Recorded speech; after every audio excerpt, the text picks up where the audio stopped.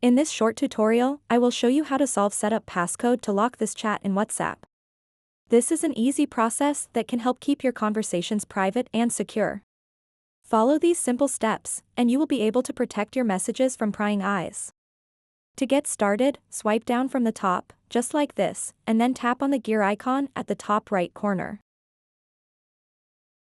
Once you're on the settings page, scroll down until you find Lock Screen and AOD. Tap on it. Then tap Screen Lock Type. Here, you'll be given various options for locking your screen: PIN, password, or pattern.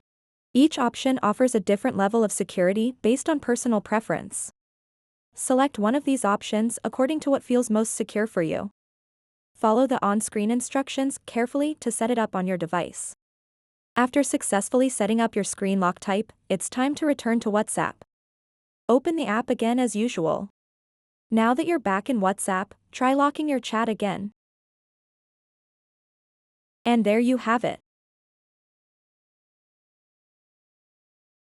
Your WhatsApp chat is now secured with a passcode. So that wraps up this tutorial. If you have any questions about this whole process, please let me know in the comments section below.